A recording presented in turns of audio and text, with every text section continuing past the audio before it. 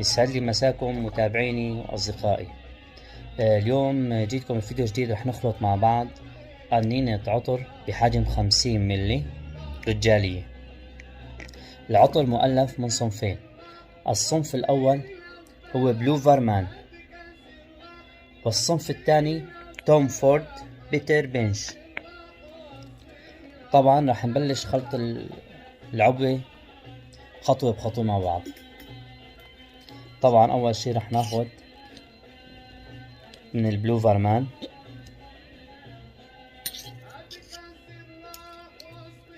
10 ملي أو 10 سنتي، ورح ناخد من التوم فورد بيتر بنش كمان بمقدار 8 سنتي.